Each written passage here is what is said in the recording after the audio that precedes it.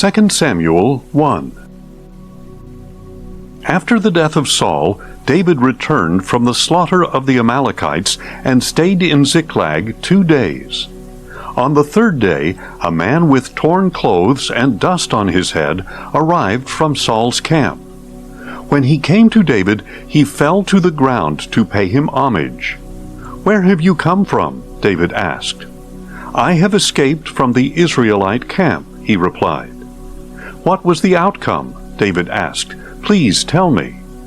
"The troops fled from the battle," he replied. "Many of them fell and died, and Saul and his son Jonathan are also dead." Then David asked the young man who had brought him the report, "How do you know that Saul and his son Jonathan are dead?" "I happened to be on Mount Gilboa," he replied, "and there was Saul leaning on his spear with the chariots and the cavalry closing in on him. When he turned around and saw me, he called out to me, and I answered, 'Here I am.' 'Who are you?' he asked. So I told him, 'I am an Amalekite.' Then he begged me, 'Stand over me and kill me, for agony has seized me, but my life still lingers.' So I stood over him and killed him, because I knew that after he had fallen he could not survive. And I took the crown that was on his head and the band that was on his arm, and I have brought them here to my Lord." Then David took hold of his own clothes and tore them, and all the men who were with him did the same. They mourned and wept and fasted until evening for Saul and his son Jonathan, and for the people of the Lord and the house of Israel, because they had fallen by the sword. And David inquired of the young man who had brought him the report, "Where are you from?" "I am the son of a foreigner," he answered. "I am an Amalekite." So David asked him, "Why were you not afraid to lift your hand to destroy the Lord's anointed?" Then David summoned one of the young men and said, "Go, execute him." So the young man struck him down, and he died. For David had said to the Amalekite, "Your blood be on your own head, because your own mouth has testified against you, saying, 'I killed the Lord's anointed.'" Then David took up this lament for Saul and his son Jonathan, and he ordered that the sons of Judah be taught the song of the bow. It is written in the book of Jasher, "Your glory, O Israel, lies slain on your heights. How the mighty have fallen! Tell it not in Gath, proclaim it not in the streets of Ashkelon, lest the daughters of the Philistines rejoice, and the daughters of the uncircumcised exult. O mountains of Gilboa, may you have no dew or rain, no fields yielding offerings of grain. For there the shield of the mighty was defiled, the shield of Saul, no longer anointed with oil. From the blood of the slain, from the fat of the mighty, the bow of Jonathan did not retreat, and the sword of Saul did not return empty. Saul and Jonathan, beloved and delightful in life, were not divided in death. They were swifter than eagles, they were stronger than lions. O daughters of Israel, weep for Saul, who clothed you in scarlet and luxury, who decked your garments with ornaments of gold. How the mighty have fallen in the thick of battle! Jonathan lies slain on your heights. I grieve for you, Jonathan, my brother. You were delightful to me. Your love to me was extraordinary, surpassing the love of women. How the mighty have fallen, and the weapons of war have perished. 2 Samuel 2.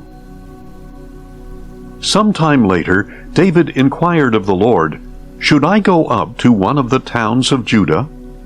"Go up," the Lord answered. Then David asked, "Where should I go?" "To Hebron," replied the Lord. So David went there with his 2 wives, Ahinoam of Jezreel, and Abigail, the widow of Nabal of Carmel. David also took the men who were with him, each with his household, and they settled in the towns near Hebron. Then the men of Judah came to Hebron, and there they anointed David king over the house of Judah. And they told David, it was the men of Jabesh-Gilead who buried Saul. So David sent messengers to the men of Jabesh-Gilead to tell them, the Lord bless you, because you showed this kindness to Saul your Lord, when you buried him. Now may the Lord show you loving devotion and faithfulness, and I will also show you the same favor because you have done this. Now then, be strong and courageous, for though Saul your Lord is dead, the house of Judah has anointed me as their king. Meanwhile, Abner son of Ner, the commander of Saul's army, took Saul's son Ishbosheth, moved him to Mahanaim, and made him king over Gilead, Asher, Jezreel, Ephraim, and Benjamin, over all Israel. Saul's son Ishbosheth was 40 years old when he began to reign over Israel, and he reigned for 2 years. The house of Judah, however, followed David, and the length of time that David was king in Hebron over the house of Judah was 7 years and 6 months. One day Abner son of Ner and the servants of Ishbosheth son of Saul marched out from Mahanaim to Gibeon. So Joab son of Zeruiah and the servants of David marched out and met them by the pool of Gibeon. And the two groups took up positions on opposite sides of the pool. Then Abner said to Joab, let us have the young men get up and compete before us. Let them get up, Joab replied. So they got up and were counted off, 12 for Benjamin and Ishbosheth, son of Saul, and 12 for David. Then each man grabbed his opponent by the head and thrust his sword into his opponent's side, and they all fell together. So this place, which is in Gibeon, is called Helkath Hazurim. The battle that day was intense, and Abner and the men of Israel were defeated by the servants of David. The 3 sons of Zeruiah were there, Joab, Abishai, and Asahel. Now Asahel was fleet of foot like a wild gazelle, and he chased Abner, not turning to the right or to the left in his pursuit. And Abner glanced back and said, is that you, Asahel? It is, Asahel replied. So Abner told him, turn to your right or to your left, seize one of the young men, and take his equipment for yourself. But Asahel would not stop chasing him. Once again Abner warned Asahel, stop chasing me. Why should I strike you to the ground? How could I show my face to your brother Joab? But Asahel refused to turn away. So Abner thrust the butt of his spear into his stomach, and it came out his back, and he fell dead on the spot. And every man paused when he came to the place where Asahel had fallen and died. But Joab and Abishai pursued Abner. By sunset they had gone as far as the hill of Ammah, opposite Giah, on the way to the wilderness of Gibeon. The Benjamites rallied to Abner, formed a single unit, and took their stand atop a hill. Then Abner called out to Joab, must the sword devour forever? Do you not realize that this will only end in bitterness? How long before you tell the troops to stop pursuing their brothers? As surely as God lives, Joab replied, if you had not spoken up, the troops would have continued pursuing their brothers until morning. So Joab blew the ram's horn, and all the troops stopped. They no longer pursued Israel or continued to fight. And all that night Abner and his men marched through the Arabah. They crossed the Jordan, marched all morning, and arrived at Mahanaim. When Joab returned from pursuing Abner, he gathered all the troops. In addition to Asahel, 19 of David's servants were missing, but they had struck down 360 Benjamites who were with Abner. And they took Asahel and buried him in his father's tomb in Bethlehem. Then Joab and his men marched all night and reached Hebron at daybreak. 2 Samuel 3. Now the war between the house of Saul and the house of David was protracted, and David grew stronger and stronger, while the house of Saul grew weaker and weaker. And sons were born to David in Hebron. His firstborn was Amnon by Ahinoam of Jezreel. His second was Chileab by Abigail, the widow of Nabal of Carmel. His third was Absalom, the son of Maacah, daughter of King Talmai of Geshur. His fourth was Adonijah, the son of Haggith. His fifth was Shephatiah, the son of Abital. And his sixth was Ithream by David's wife Eglah. These sons were born to David in Hebron. During the war between the house of Saul and the house of David, Abner had continued to strengthen his position in the house of Saul. Now Saul had a concubine named Rizpah, the daughter of Aiah. So Ishbosheth questioned Abner, "Why did you sleep with my father's concubine?" Abner was furious over Ishbosheth's accusation. "Am I the head of a dog that belongs to Judah?" he asked. "All this time I have been loyal to the house of your father Saul, to his brothers, and to his friends. I have not delivered you into the hand of David. But now you accuse me of wrongdoing with this woman? May God punish Abner, and ever so severely, if I do not do for David what the Lord has sworn to him, to transfer the kingdom from the house of Saul and to establish the throne of David over Israel and Judah, from Dan to Beersheba." And for fear of Abner, Ishbosheth did not dare to say another word to him. Then Abner sent messengers on his behalf to say to David, "To whom does the land belong? Make your covenant with me, and surely my hand will be with you to bring all Israel over to you." "Good," replied David, "I will make a covenant with you. But there is one thing I require of you. Do not appear before me unless you bring Saul's daughter Michal when you come to see me." Then David sent messengers to say to Ishbosheth, son of Saul, "Give me back my wife Michal, whom I betrothed to myself for 100 Philistine foreskins." So Ishbosheth sent and took Michal from her husband Paltiel, son of Laish. Her husband followed her, weeping all the way to Bahurim. Then Abner said to him, "Go back." So he returned home. Now Abner conferred with the elders of Israel, and said, "In the past you sought David as your king.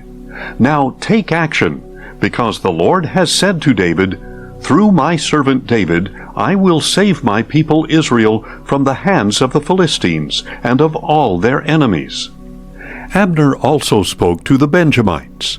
Then he went to Hebron to tell David all that seemed good to Israel and to the house of Benjamin. When Abner and 20 of his men came to David at Hebron, David held a feast for them. Then Abner said to David, "Let me go at once, and I will gather all Israel to my lord the king, that they may make a covenant with you, and that you may rule over all that your heart desires." So David dismissed Abner, and he went in peace. Just then David's soldiers and Joab returned from a raid, bringing with them a great plunder. But Abner was not with David in Hebron, because David had sent him on his way in peace. When Joab and all his troops arrived, he was informed, "Abner son of Ner came to see the king, who sent him on his way in peace." So Joab went to the king and said, "What have you done? Look, Abner came to you. Why did you dismiss him? Now he is getting away. Surely you realize that Abner son of Ner came to deceive you and to track your movements and all that you are doing." As soon as Joab had left David, he sent messengers after Abner, who brought him back from the well of Sirah. But David was unaware of it. When Abner returned to Hebron, Joab pulled him aside into the gateway, as if to speak to him privately, and there Joab stabbed him in the stomach. So Abner died on account of the blood of Joab's brother Asahel. Afterward, David heard about this and said, I and my kingdom are forever guiltless before the Lord concerning the blood of Abner son of Ner. May it whirl over the head of Joab and over the entire house of his father. And may the house of Joab never be without one having a discharge or skin disease, or one who leans on a staff, or falls by the sword, or lacks food. Joab and his brother Abishai murdered Abner because he had killed their brother Asahel in the battle at Gibeon. Then David ordered Joab and all the people with him, Tear your clothes, put on sackcloth, and mourn before Abner. And King David himself walked behind the funeral bier. When they buried Abner in Hebron, the king wept aloud at Abner's tomb, and all the people wept. And the king sang this lament for Abner. Should Abner die the death of a fool? Your hands were not bound, your feet were not fettered. As a man falls before the wicked, so also you fell. And all the people wept over him even more. Then all the people came and urged David to eat something while it was still day. But David took an oath, saying, May God punish me, and ever so severely, if I taste bread or anything else before the sun sets. All the people took note and were pleased. In fact, everything the king did pleased them. So on that day all the troops and all Israel were convinced that the king had no part in the murder of Abner, son of Ner. Then the king said to his servants, Do you not realize that a great prince has fallen today in Israel? And I am weak this day, though anointed as king. And these men, the sons of Zeruiah, are too fierce for me. May the Lord repay the evildoer according to his evil. 2 Samuel 4. Now when Ishbosheth, son of Saul, heard that Abner had died in Hebron, he lost courage, and all Israel was dismayed. Saul's son had 2 men who were leaders of raiding parties. One was named Baanah, and the other Rechab. They were sons of Rimmon the Beerothite, of the tribe of Benjamin. Beeroth is considered part of Benjamin, because the Beerothites fled to Gittaim and have lived there as foreigners to this day. And Jonathan, son of Saul, had a son who was lame in his feet. He was 5 years old when the report about Saul and Jonathan came from Jezreel. His nurse picked him up and fled, but as she was hurrying to escape, he fell and became lame. His name was Mephibosheth. Now Rechab and Baanah, the sons of Rimmon the Beerothite, set out and arrived at the house of Ishbosheth in the heat of the day, while the king was taking his midday nap. They entered the interior of the house as if to get some wheat, and they stabbed him in the stomach. Then Rechab and his brother Baanah slipped away. They had entered the house while Ishbosheth was lying on his bed, and having stabbed and killed him, they beheaded him, took his head, and traveled all night by way of the Arabah. They brought the head of Ishbosheth to David at Hebron, and said to the king, Here is the head of Ishbosheth, son of Saul, your enemy, who sought your life. Today the Lord has granted vengeance to my lord the king against Saul and his offspring. But David answered Rechab and his brother Baanah, the sons of Rimmon the Beerothite, As surely as the Lord lives, who has redeemed my life from all distress, when someone told me, Look, Saul is dead, and thought he was a bearer of good news, I seized him and put him to death at Ziklag. That was his reward for his news. How much more when wicked men kill a righteous man in his own house and on his own bed, shall I not require his blood from your hands and remove you from the earth? So David commanded his young men, and they killed Rechab and Baanah. They cut off their hands and feet and hung their bodies by the pool in Hebron. But they took the head of Ishbosheth and buried it in Abner's tomb in Hebron. 2 Samuel 5. Then all the tribes of Israel came to David at Hebron and said, "Here we are, your own flesh and blood. Even in times past, while Saul was king over us, you were the one who led Israel out and brought them back. And to you the Lord said, 'You will shepherd my people Israel, and you will be ruler over them.'" So all the elders of Israel came to the king at Hebron, where King David made with them a covenant before the Lord. And they anointed him king over Israel. David was 30 years old when he became king, and he reigned 40 years. In Hebron he reigned over Judah 7 years and 6 months, and in Jerusalem he reigned 33 years over all Israel and Judah. Now the king and his men marched to Jerusalem against the Jebusites who inhabited the land. The Jebusites said to David, "You will never get in here. Even the blind and lame can repel you." For they thought, "David cannot get in here." Nevertheless, David captured the fortress of Zion, that is, the city of David. On that day he said, "Whoever attacks the Jebusites must use the water shaft to reach the lame and blind who are despised by David." That is why it is said, "The blind and the lame will never enter the palace." So David took up residence in the fortress and called it the City of David. He built it up all the way around, from the supporting terraces inward.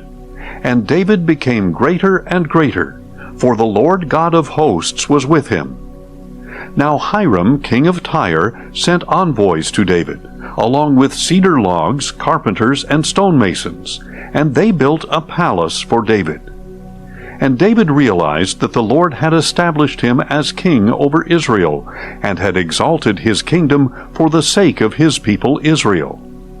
After he had arrived from Hebron, David took more concubines and wives from Jerusalem, and more sons and daughters were born to him.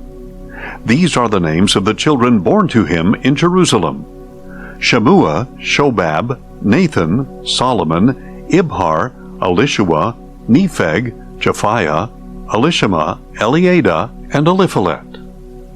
When the Philistines heard that David had been anointed king over Israel, they all went in search of him. But David learned of this and went down to the stronghold. Now the Philistines had come and spread out in the valley of Rephaim. So David inquired of the Lord, "Should I go up against the Philistines? Will you deliver them into my hand?" "Go up," replied the Lord, "for I will surely deliver the Philistines into your hand." So David went to Baal-perazim, where he defeated the Philistines and said, "Like a bursting flood, the Lord has burst out against my enemies before me." So he called that place Baal-perazim. There the Philistines abandoned their idols, and David and his men carried them away. Once again the Philistines came up and spread out in the valley of Rephaim. So David inquired of the Lord, who answered, "Do not march straight up, but circle around behind them and attack them in front of the balsam trees. As soon as you hear the sound of marching in the tops of the balsam trees, move quickly, because this will mean that the Lord has gone out before you to strike the camp of the Philistines." So David did as the Lord had commanded him, and he struck down the Philistines all the way from Gibeon to Gezer. 2 Samuel 6. David again assembled the chosen men of Israel, 30,000 in all. And he and all his troops set out for Baali of Judah, to bring up from there the ark of God, which is called by the name of the Lord of hosts, who is enthroned between the cherubim that are on it. They set the ark of God on a new cart, and brought it from the house of Abinadab, which was on the hill. Uzzah and Ahio, the sons of Abinadab, were guiding the new cart, bringing it with the ark of God. And Ahio was walking in front of the ark. David and all the house of Israel were celebrating before the Lord with all kinds of wood instruments, harps, stringed instruments, tambourines, sistrums, and cymbals. When they came to the threshing floor of Nacon, Uzzah reached out and took hold of the ark of God, because the oxen had stumbled. And the anger of the Lord burned against Uzzah, and God struck him down on the spot for his irreverence, and he died there beside the ark of God. Then David became angry because the Lord had burst forth against Uzzah. So he named that place Perez Uzzah, as it is called to this day. That day David feared the Lord and asked, "How can the ark of the Lord ever come to me?" So he was unwilling to move the ark of the Lord to the city of David. Instead, he took it aside to the house of Obed-Edom the Gittite. Thus the ark of the Lord remained in the house of Obed-Edom the Gittite for 3 months, and the Lord blessed him and all his household. Now it was reported to King David, "The Lord has blessed the house of Obed-Edom and all that belongs to him because of the ark of God." So David went and had the ark of God brought up from the house of Obed-Edom into the city of David with rejoicing. When those carrying the ark of the Lord had advanced 6 paces, he sacrificed an ox and a fattened calf. And David, wearing a linen ephod, danced with all his might before the Lord, while he and all the house of Israel brought up the ark of the Lord with shouting and the sounding of the ram's horn. As the ark of the Lord was entering the city of David, Saul's daughter Michal looked down from a window and saw King David leaping and dancing before the Lord, and she despised him in her heart. So they brought the ark of the Lord and set it in its place inside the tent that David had pitched for it. Then David offered burnt offerings and peace offerings before the Lord. When David had finished sacrificing the burnt offerings and peace offerings, he blessed the people in the name of the Lord of hosts. Then he distributed to every man and woman among the multitude of Israel a loaf of bread, a date cake, and a raisin cake. And all the people departed, each to his own home. When David returned home to bless his own household, Saul's daughter Michal came out to meet him. "How the king of Israel has distinguished himself today," she said.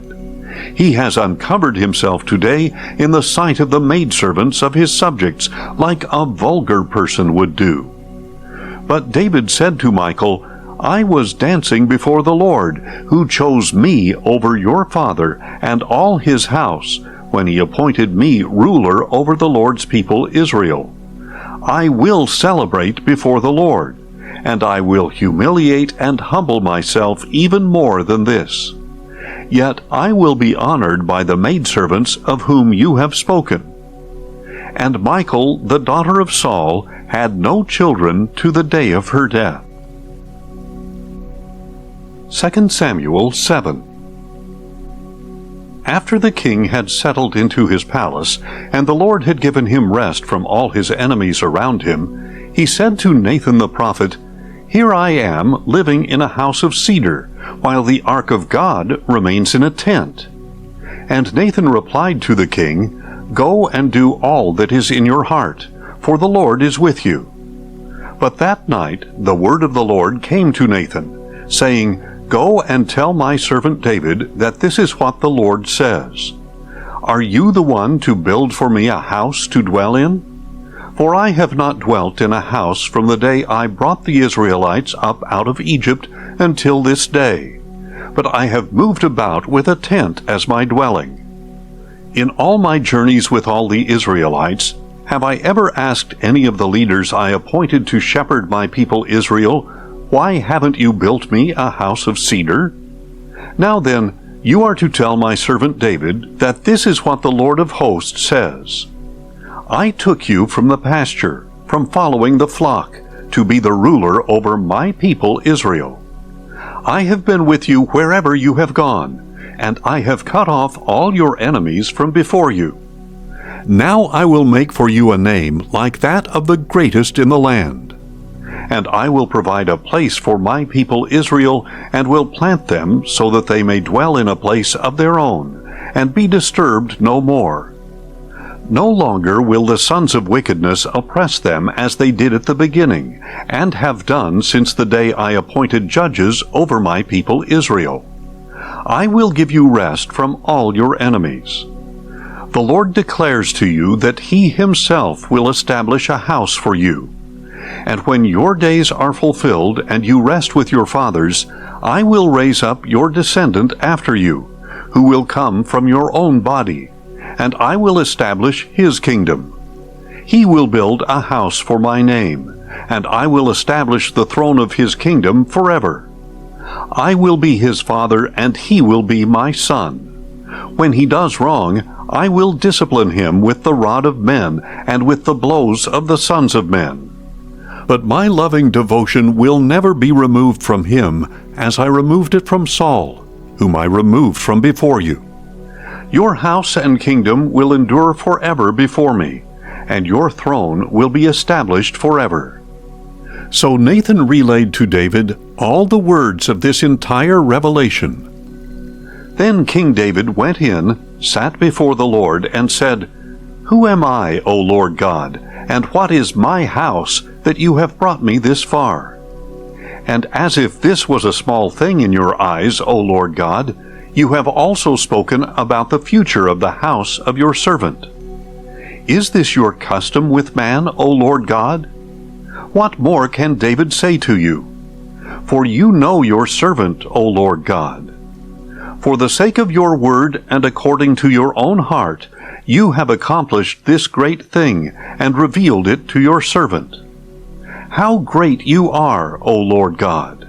For there is none like you, and there is no God but you, according to everything we have heard with our own ears. And who is like your people Israel, the one nation on earth whom God went out to redeem as a people for himself, and to make a name for himself? You performed great and awesome wonders by driving out nations and their gods from before your people, whom you redeemed for yourself from Egypt. For you have established your people Israel as your very own forever, and you, O Lord, have become their God. And now, O Lord God, confirm forever the word you have spoken concerning your servant and his house. Do as you have promised, so that your name will be magnified forever, when it is said, The Lord of hosts is God over Israel. And the house of your servant David will be established before you. For you, O Lord of hosts, the God of Israel, have revealed this to your servant, when you said, I will build a house for you. Therefore, your servant has found the courage to offer this prayer to you. And now, O Lord God, you are God. Your words are true, and you have promised this goodness to your servant. Now, therefore, may it please you to bless the house of your servant, that it may continue forever before you. For you, O Lord God, have spoken, and with your blessing the house of your servant will be blessed forever. 2 Samuel 8. Sometime later, David defeated the Philistines, subdued them, and took Metheg-Ammah from the hand of the Philistines. David also defeated the Moabites, made them lie down on the ground, and measured them off with a cord. He measured off with 2 lengths those to be put to death, and with 1 length those to be spared.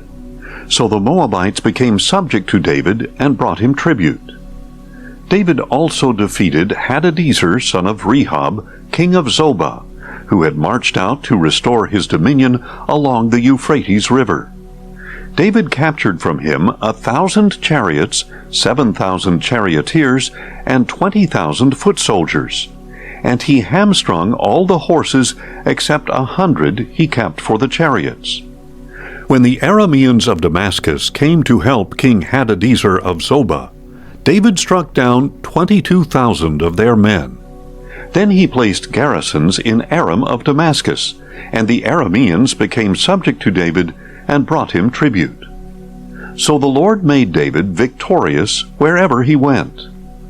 And David took the gold shields that belonged to the officers of Hadadezer and brought them to Jerusalem. And from Beta and Berothai, cities of Hadadezer, King David took a large amount of bronze. When King Toi of Hamath heard that David had defeated the entire army of Hadadezer, he sent his son Joram to greet King David and bless him for fighting and defeating Hadadezer, who had been at war with Toi. Joram brought with him articles of silver and gold and bronze, and King David dedicated these to the Lord, along with the silver and gold he had dedicated from all the nations he had subdued, from Edom and Moab, from the Ammonites and Philistines and Amalekites, and from the spoil of Hadadezer, son of Rehob, king of Zobah. And David made a name for himself when he returned from striking down 18,000 Edomites in the Valley of Salt. He placed garrisons throughout Edom, and all the Edomites were subject to David. So the Lord made David victorious wherever he went.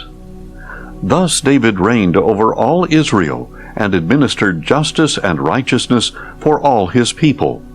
Joab, son of Zeruiah, was over the army. Jehoshaphat, son of Ahilud, was the recorder. Zadok, son of Ahitub, and Ahimelech, son of Abiathar, were priests. Sariah was the scribe. Benaiah, son of Jehoiada, was over the Kerethites and Pelethites, and David's sons were priestly leaders. 2 Samuel 9. Then David asked, "Is there anyone left from the house of Saul to whom I can show kindness for the sake of Jonathan?" And there was a servant of the house of Saul named Ziba.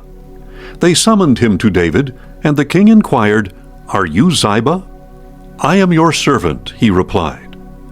So the king asked, "Is there anyone left of the house of Saul to whom I can show the kindness of God?" Ziba answered, "There is still Jonathan's son, who is lame in both feet." "Where is he?" replied the king. And Ziba said, "Indeed, he is in Lo-debar, at the house of Machir, son of Ammiel." So King David had him brought from the house of Machir, son of Ammiel, in Lo-debar. And when Mephibosheth, son of Jonathan, the son of Saul, came to David, he fell face down in reverence. Then David said, "Mephibosheth." "I am your servant," he replied. "Do not be afraid," said David, "for surely I will show you kindness for the sake of your father Jonathan. I will restore to you all the land of your grandfather Saul, and you will always eat at my table." Mephibosheth bowed down and said, "What is your servant that you should show regard for a dead dog like me?" Then the king summoned Saul's servant Ziba, and said to him, "I have given to your master's grandson all that belonged to Saul and to all his house. You and your sons and servants are to work the ground for him and bring in the harvest, so that your master's grandson may have food to eat. But Mephibosheth, your master's grandson, is always to eat at my table." Now Ziba had 15 sons and 20 servants. And Ziba said to the king, "Your servant will do all that my lord the king has commanded." So Mephibosheth ate at David's table like one of the king's own sons. And Mephibosheth had a young son named Micah. And all who dwelt in the house of Ziba were servants of Mephibosheth. So Mephibosheth lived in Jerusalem, because he always ate at the king's table, and he was lame in both feet. 2 Samuel 10. Sometime later, the king of the Ammonites died, and was succeeded by his son Hanun. And David said, "I will show kindness to Hanun, son of Nahash, just as his father showed kindness to me." So David sent some of his servants to console Hanun concerning his father. But when they arrived in the land of the Ammonites, the princes of the Ammonites said to Hanun their lord, "Just because David has sent you comforters, do you really believe he is showing respect for your father? Has not David instead sent his servants to explore the city, spy it out, and overthrow it?" So Hanun took David's servants, shaved off half of each man's beard, cut off their garments at the hips, and sent them away. When this was reported to David, he sent messengers to meet the men, since they had been thoroughly humiliated. The king told them, "Stay in Jericho until your beards have grown back, and then return." When the Ammonites realized that they had become a stench to David, they hired 20,000 Aramean foot soldiers from Beth Rehob and Zobah, as well as 1,000 men from the king of Maacah, and 12,000 men from Tob. On hearing this, David sent Joab and the entire army of mighty men. The Ammonites marched out and arrayed themselves for battle at the entrance of the city gate, while the Arameans of Zobah and Rehob and the men of Tob and Maacah were by themselves in the open country. When Joab saw the battle lines before him and behind him, he selected some of the best men of Israel and arrayed them against the Arameans. And he placed the rest of the troops under the command of his brother Abishai, who arrayed them against the Ammonites. "If the Arameans are too strong for me," said Joab, "then you will come to my rescue. And if the Ammonites are too strong for you, then I will come to your rescue. Be strong, and let us fight bravely for our people and for the cities of our God. May the Lord do what is good in his sight." So Joab and his troops advanced to fight the Arameans, who fled before him. When the Ammonites saw that the Arameans had fled, they too fled before Abishai, and they entered the city. So Joab returned from fighting against the Ammonites and came to Jerusalem. When the Arameans saw that they had been defeated by Israel, they regrouped. Hadadezer sent messengers to bring more Arameans from beyond the Euphrates, and they came to Helam with Shobach, the commander of Hadadezer's army, leading them. When this was reported to David, he gathered all Israel, crossed the Jordan, and went to Helam. Then the Arameans arrayed themselves against David and fought against him. But the Arameans fled before Israel, and David killed 700 charioteers and 40,000 foot soldiers. He also struck down Shobach, the commander of their army, who died there. When all the kings who were subject to Hadadezer saw that they had been defeated by Israel, they made peace with Israel and became subject to them. So the Arameans were afraid to help the Ammonites any more. 2 Samuel 11. In the spring, at the time when kings march out to war, David sent out Joab and his servants with the whole army of Israel.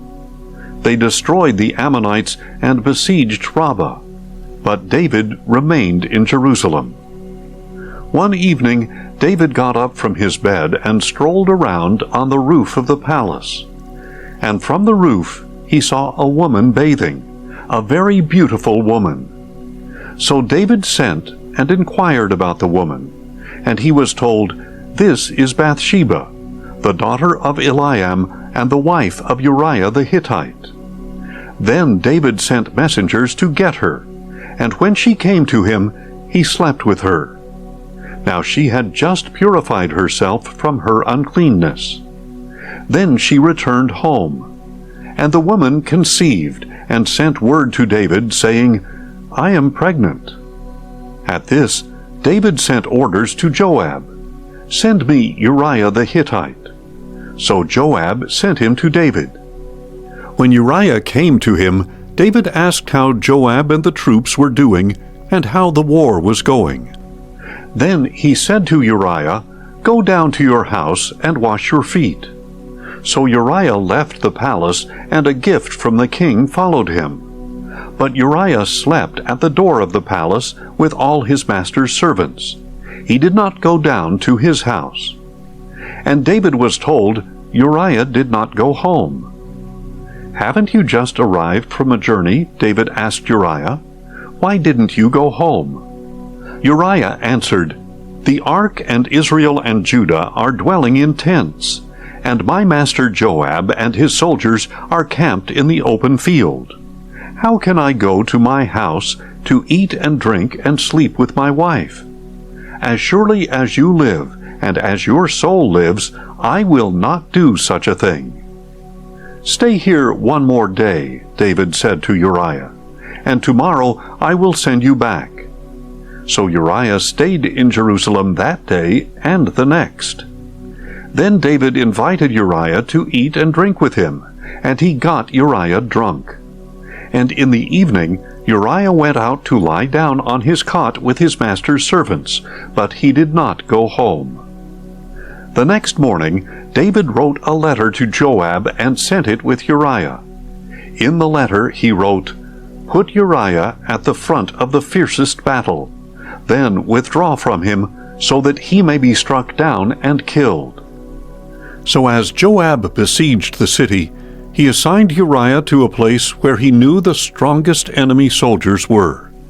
And when the men of the city came out and fought against Joab, some of David's servants fell, and Uriah the Hittite also died. Joab sent to David a full account of the battle, and instructed the messenger, "When you have finished giving the king a full account of the battle, if the king's anger flares, he may ask you, 'Why did you get so close to the city to fight? Did you not realize they would shoot from atop the wall? Who struck Abimelech, son of Jerubbesheth? Was it not a woman who dropped an upper millstone on him from the wall, so that he died in Thebez? Why did you get so close to the wall?' If he asks you this, then you are to say, 'Your servant Uriah the Hittite is dead as well.'" So the messenger set out and reported to David all that Joab had sent him to say. The messenger said to David, "The men overpowered us and came out against us in the field, but we drove them back to the entrance of the gate.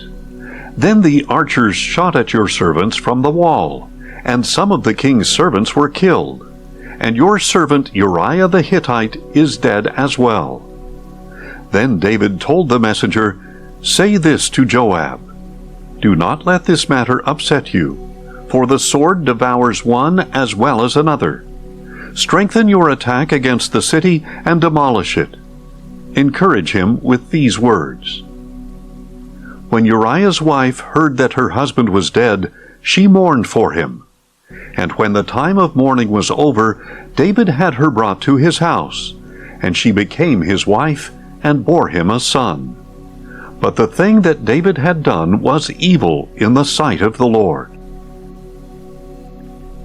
2 Samuel 12. Then the Lord sent Nathan to David, and when he arrived, he said, "There were two men in a certain city, one rich and the other poor. The rich man had a great number of sheep and cattle, but the poor man had nothing except one small ewe lamb that he had bought. He raised it, and it grew up with him and his children. It shared his food and drank from his cup. It slept in his arms and was like a daughter to him. Now a traveler came to the rich man, who refrained from taking one of his own sheep or cattle to prepare for the traveler who had come to him. Instead, he took the poor man's lamb and prepared it for his guest. David burned with anger against the man, and said to Nathan, "As surely as the Lord lives, the man who did this deserves to die. Because he has done this thing and has shown no pity, he must pay for the lamb 4 times over." Then Nathan said to David, "You are that man. This is what the Lord, the God of Israel, says. I anointed you king over Israel, and I delivered you from the hand of Saul. I gave your master's house to you, and your master's wives into your arms. I gave you the house of Israel and Judah, and if that was not enough, I would have given you even more. Why then have you despised the command of the Lord by doing evil in his sight? You put Uriah the Hittite to the sword, and took his wife as your own. You have slain him with the sword of the Ammonites. Now therefore the sword will never depart from your house, because you have despised me, and have taken the wife of Uriah the Hittite to be your own. This is what the Lord says: I will raise up adversity against you from your own house. Before your very eyes I will take your wives and give them to another, and he will lie with them in broad daylight. You have acted in secret, but I will do this thing in broad daylight before all Israel. Then David said to Nathan, I have sinned against the Lord. The Lord has taken away your sin, Nathan replied. You will not die. Nevertheless, because by this deed you have shown utter contempt for the word of the Lord, the son born to you will surely die. After Nathan had gone home, the Lord struck the child that Uriah's wife had borne to David, and he became ill. David pleaded with God for the boy. He fasted and went into his house and spent the night lying in sackcloth on the ground. The elders of his household stood beside him to help him up from the ground, but he was unwilling and would not eat anything with them. On the 7th day, the child died. But David's servants were afraid to tell him that the child was dead, for they said, Look, while the child was alive, we spoke to him, and he would not listen to us. So how can we tell him the child is dead? He may even harm himself. When David saw that his servants were whispering to one another, he perceived that the child was dead. So he asked his servants, Is the child dead? He is dead, they replied. Then David got up from the ground, washed and anointed himself, changed his clothes, and went into the house of the Lord and worshipped. Then he went to his own house, and at his request they set food before him, and he ate. What is this you have done? His servants asked. While the child was alive, you fasted and wept, but when he died, you got up and ate.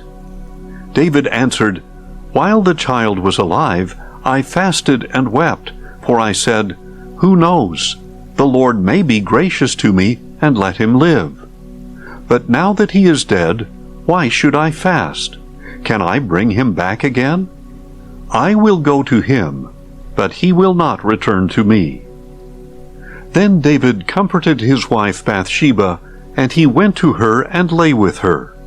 So she gave birth to a son, and they named him Solomon. Now the Lord loved the child, and sent word through Nathan the prophet to name him Jedediah, because the Lord loved him. Meanwhile, Joab fought against Rabbah of the Ammonites, and captured the royal fortress. Then Joab sent messengers to David to say, I have fought against Rabbah, and have captured the water supply of the city. Now therefore assemble the rest of the troops, lay siege to the city, and capture it. Otherwise I will capture the city, and it will be named after me. So David assembled all the troops and went to Rabbah, and he fought against it and captured it. Then he took the crown from the head of their king.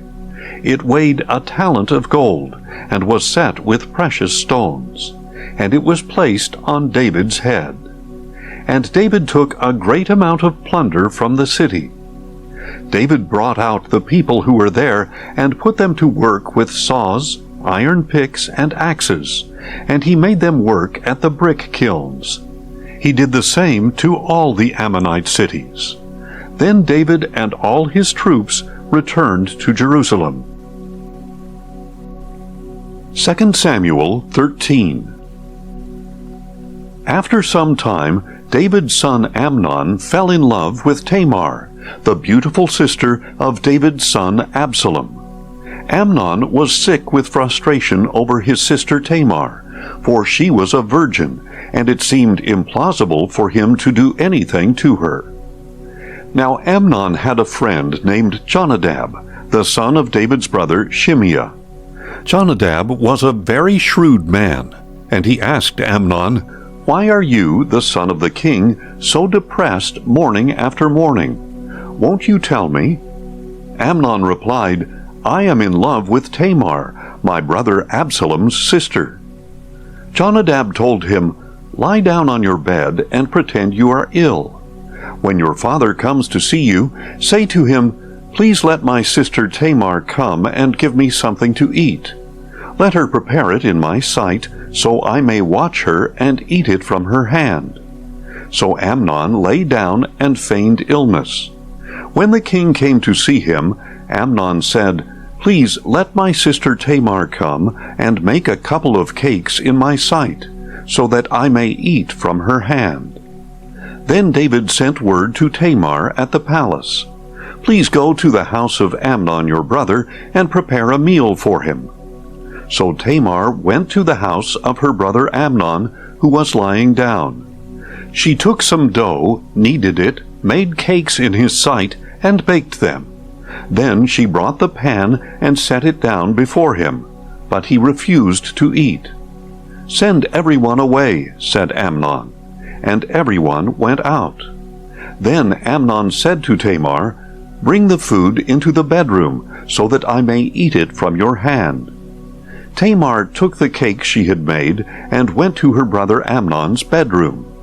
And when she had brought them to him to eat, he took hold of her and said, "Come lie with me, my sister."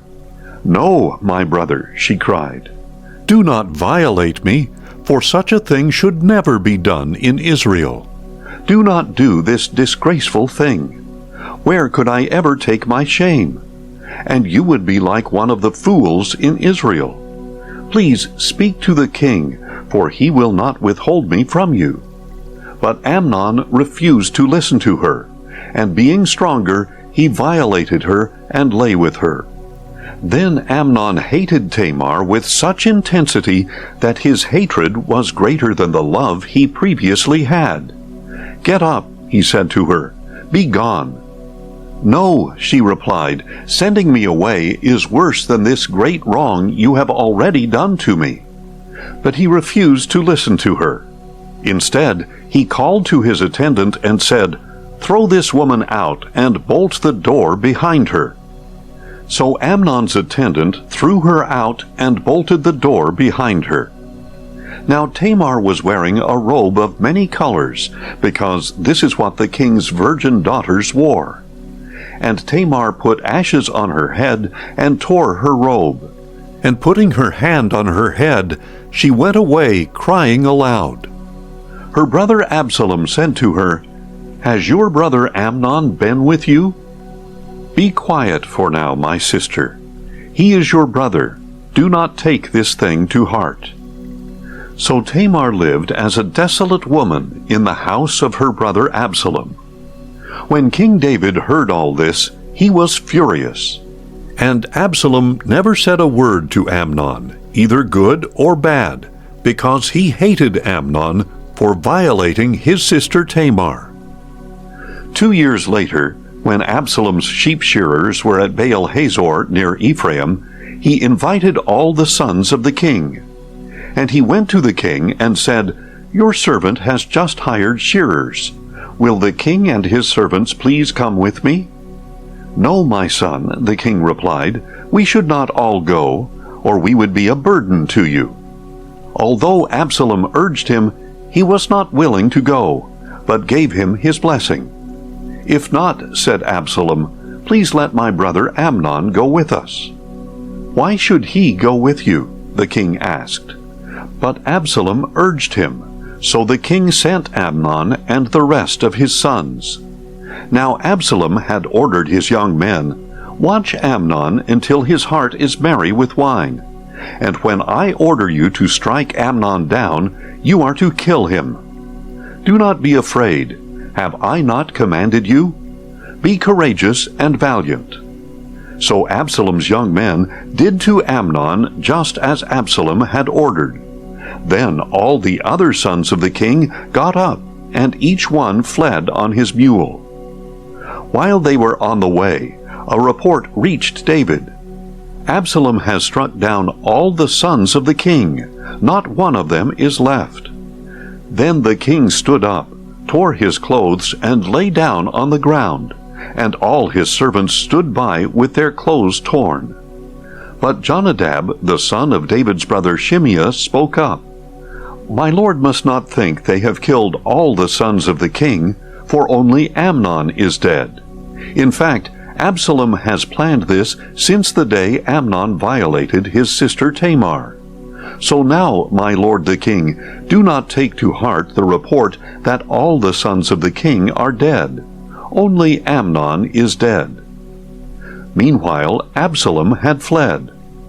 When the young man standing watch looked up, he saw many people coming down the road west of him, along the side of the hill. And the watchman went and reported to the king, I see men coming from the direction of Horonaim, along the side of the hill. So Jonadab said to the king, Look, the sons of the king have arrived. It is just as your servant said. And as he finished speaking, the sons of the king came in, wailing loudly. Then the king and all his servants also wept very bitterly. Now Absalom fled and went to Talmai, son of Ammihud, the king of Geshur. But David mourned for his son every day. After Absalom had fled and gone to Geshur, he stayed there 3 years. And King David longed to go to Absalom, for he had been consoled over Amnon's death. 2 Samuel 14. Now Joab, son of Zeruiah, perceived that the king's heart longed for Absalom. So Joab sent to Tekoa to bring a wise woman from there. He told her, Please pretend to be a mourner. Put on clothes for mourning, and do not anoint yourself with oil. Act like a woman who has mourned for the dead a long time. Then go to the king and speak these words to him. And Joab put the words in her mouth. When the woman from Tekoa went to the king, she fell face down in homage, and said, Help me, O king. What troubles you? The king asked her. Indeed, she said, I am a widow, for my husband is dead. And your maidservant had 2 sons who were fighting in the field with no one to separate them, and one struck the other and killed him. Now the whole clan has risen up against your maidservant, and said, Hand over the one who struck down his brother, that we may put him to death for the life of the brother whom he killed. Then we will cut off the heir as well. So they would extinguish my one remaining ember by not preserving my husband's name or posterity on the earth. Go home, the king said to the woman, and I will give orders on your behalf. But the woman of Tekoa said to the king, My lord the king, may any blame be on me and on my father's house, and may the king and his throne be guiltless. If anyone speaks to you, said the king, bring him to me, and he will not trouble you again. Please, she replied, may the king invoke the Lord your God to prevent the avenger of blood from increasing the devastation, so that my son may not be destroyed. As surely as the Lord lives, he vowed, not a hair of your son's head will fall to the ground. Then the woman said, Please, may your servant speak a word to my lord the king? Speak, he replied. The woman asked, Why have you devised a thing like this against the people of God? When the king says this, does he not convict himself, since he has not brought back his own banished son? For we will surely die and be like water poured out on the ground, which cannot be recovered. Yet God does not take away a life, but he devises ways that the banished one may not be cast out from him. Now therefore, I have come to present this matter to my lord the king, because the people have made me afraid. Your servant thought, I will speak to the king. Perhaps he will grant the request of his maidservant. For the king will hear and deliver his maidservant from the hand of the man who would cut off both me and my son from God's inheritance. And now your servant says, May the word of my lord the king bring me rest, for my lord the king is able to discern good and evil, just like the angel of God. May the Lord your God be with you. Then the king said to the woman, I am going to ask you something. Do not conceal it from me. Let my lord the king speak, she replied. So the king asked, Is the hand of Joab behind all this? The woman answered, As surely as you live, my lord the king, no one can turn to the right or to the left from anything that my lord the king says. Yes, your servant Joab is the one who gave me orders. He told your maidservant exactly what to say. Joab your servant has done this to bring about this change of affairs, but my lord has wisdom like the wisdom of the angel of God, to know everything that happens in the land. Then the king said to Joab, I hereby grant this request. Go, bring back the young man Absalom. Joab fell face down in homage and blessed the king. Today, said Joab, your servant knows that he has found favor in your eyes, my lord the king, because the king has granted his request. So Joab got up, went to Geshur, and brought Absalom to Jerusalem.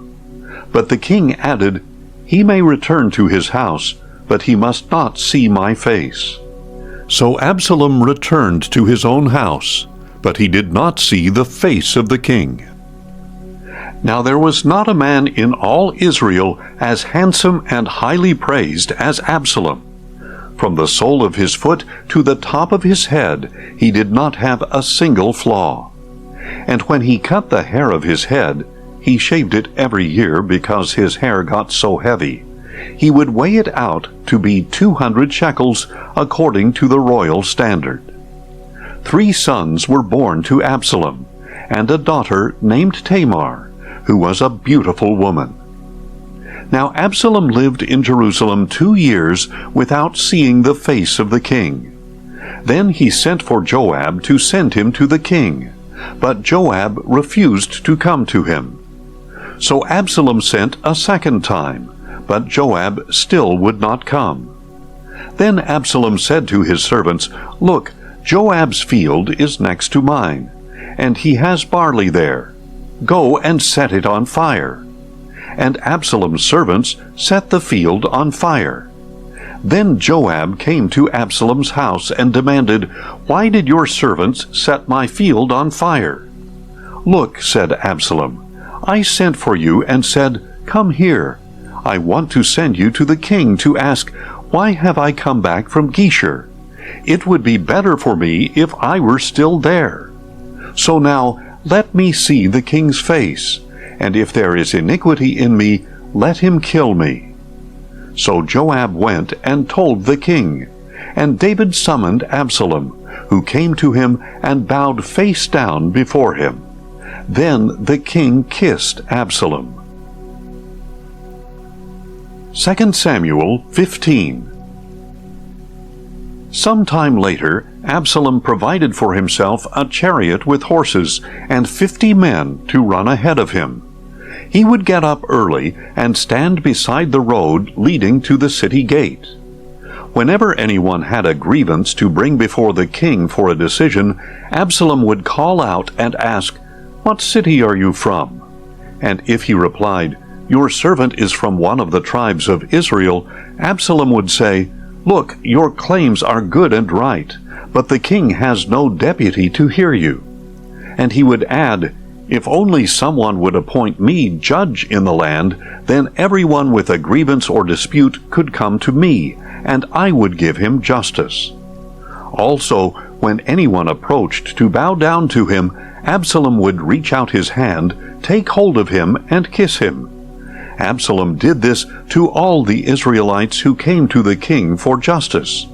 In this way he stole the hearts of the men of Israel. After 4 years had passed, Absalom said to the king, "Please let me go to Hebron to fulfill a vow I have made to the Lord. For your servant made a vow while dwelling in Geshur of Aram, saying, 'If indeed the Lord brings me back to Jerusalem, I will worship the Lord in Hebron.' 'Go in peace,' said the king. So Absalom got up and went to Hebron. Then Absalom sent spies throughout the tribes of Israel with this message: 'When you hear the sound of the horn, you are to say, Absalom reigns in Hebron.' 200 men from Jerusalem accompanied Absalom. They had been invited as guests, and they went along innocently, for they knew nothing about the matter. While Absalom was offering the sacrifices, he sent for Ahithophel the Gilonite, David's counselor, to come from his hometown of Gilo. So the conspiracy gained strength, and Absalom's following kept increasing. Then a messenger came to David and reported, "The hearts of the men of Israel are with Absalom." And David said to all the servants with him in Jerusalem, "Arise and let us flee, or we will not escape from Absalom. We must leave quickly, or he will soon overtake us, heap disaster on us, and put the city to the sword." The king's servants replied, "Whatever our lord the king decides, we are your servants." Then the king set out, and his entire household followed him. But he left behind 10 concubines to take care of the palace. So the king set out with all the people following him. He stopped at the last house, and all his servants marched past him, all the Kerethites and Pelethites, and 600 Gittites who had followed him from Gath. Then the king said to Ittai the Gittite, "Why should you also go with us? Go back and stay with the new king, since you are both a foreigner and an exile from your homeland. In fact, you arrived only yesterday. Should I make you wander around with us today, while I do not know where I am going? Go back and take your brothers with you. May the Lord show you loving devotion and faithfulness." But Ittai answered the king, "As surely as the Lord lives, and as my lord the king lives, wherever my lord the king may be, whether it means life or death, there will your servant be." "March on, then," said David to Ittai. So Ittai the Gittite marched past with all his men, and all the little ones who were with him. Everyone in the countryside was weeping loudly as all the people passed by. And as the king crossed the Kidron Valley, all the people also passed toward the way of the wilderness. Zadok was also there, and all the Levites with him were carrying the ark of the covenant of God. And they set down the ark of God, and Abiathar offered sacrifices until all the people had passed out of the city. Then the king said to Zadok, "Return the ark of God to the city. If I find favor in the eyes of the Lord, he will bring me back, and let me see both it and his dwelling place again. But if he should say, 'I do not delight in you,' then here I am. Let him do to me whatever seems good to him." The king also said to Zadok the priest, "Are you not a seer? Return to the city in peace, you with your son Ahimaaz, and Abiathar with his son Jonathan. See, I will wait at the fords of the wilderness until word comes from you to inform me." So Zadok and Abiathar returned the ark of God to Jerusalem and stayed there. But David continued up the Mount of Olives, weeping as he went up. His head was covered, and he was walking barefoot. And all the people with him covered their heads and went up, weeping as they went. Now someone told David, "Ahithophel is among the conspirators with Absalom." So David pleaded, "O Lord, please turn the counsel of Ahithophel into foolishness." When David came to the summit where he used to worship God, Hushai the Archite was there to meet him with his robe torn and dust on his head. David said to him, "If you go on with me, you will be a burden to me. But you can thwart the counsel of Ahithophel for me if you return to the city and say to Absalom, 'I will be your servant, my king. In the past I was your father's servant, but now I will be your servant.' Will not Zadok and Abiathar the priests be there with you? Report to them everything you hear from the king's palace. Indeed, their 2 sons, Ahimaaz, son of Zadok, and Jonathan, son of Abiathar, are there with them. Send them to me with everything you hear." So David's friend Hushai arrived in Jerusalem just as Absalom was entering the city. 2 Samuel 16. When David had gone a little beyond the summit, Ziba, the servant of Mephibosheth, was there to meet him.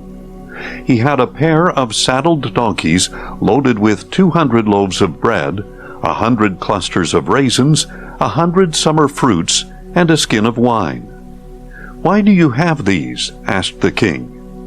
Ziba replied, "The donkeys are for the king's household to ride, the bread and summer fruit are for the young men to eat, and the wine is to refresh those who become exhausted in the wilderness." "Where is your master's grandson?" asked the king. And Ziba answered, "Indeed, he is staying in Jerusalem, for he has said, 'Today the house of Israel will restore to me the kingdom of my grandfather.'" So the king said to Ziba, "All that belongs to Mephibosheth is now yours." "I humbly bow before you," said Ziba. "May I find favor in your eyes, my lord the king."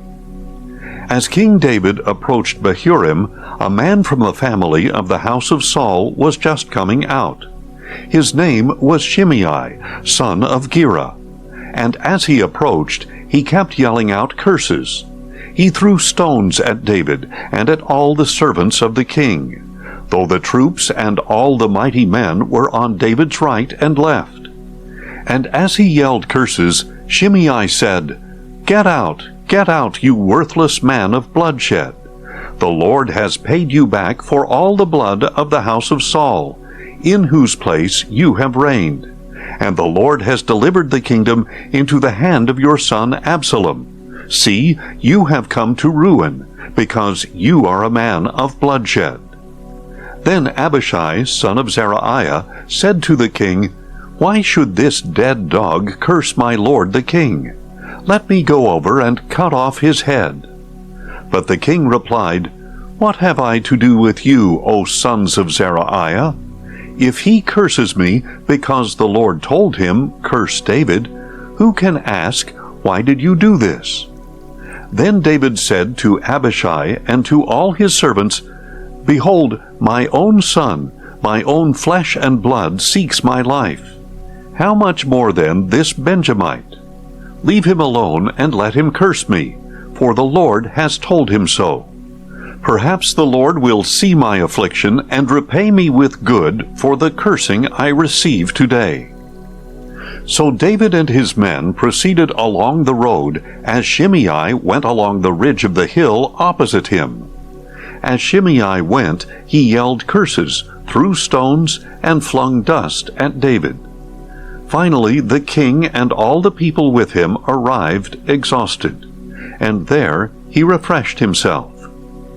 Then Absalom and all the men of Israel came to Jerusalem, and Ahithophel was with him.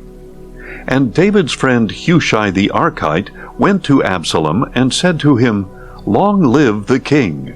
Long live the king!" "Is this the loyalty you show your friend?" Absalom replied. "Why did you not go with your friend?" "Not at all," Hushai answered. "For the one chosen by the Lord, by this people, and by all the men of Israel, his I will be, and with him I will remain. Furthermore, whom should I serve if not his son? As I served in your father's presence, so also I will serve in yours." Then Absalom said to Ahithophel, "Give me counsel. What should we do?" Ahithophel replied, "Sleep with your father's concubines, whom he has left to take care of the palace. When all Israel hears that you have become a stench to your father, then the hands of all who are with you will be strengthened." So they pitched a tent for Absalom on the roof, and he slept with his father's concubines in the sight of all Israel. Now in those days the advice of Ahithophel was like the consultation of the word of God. Such was the regard that both David and Absalom had for Ahithophel's advice. 2 Samuel 17. Furthermore, Ahithophel said to Absalom, "Let me choose 12,000 men and set out tonight in pursuit of David. I will attack him while he is weak and weary. I will throw him into a panic, and all the people with him will flee. I will strike down only the king, and bring all the people back to you as a bride returning to her husband. You seek the life of only one man. Then all the people will be at peace." This proposal seemed good to Absalom and all the elders of Israel. Then Absalom said, "Summon Hushai the Archite as well, and let us hear what he too has to say." So Hushai came to Absalom, who told him, "Ahithophel has spoken this proposal.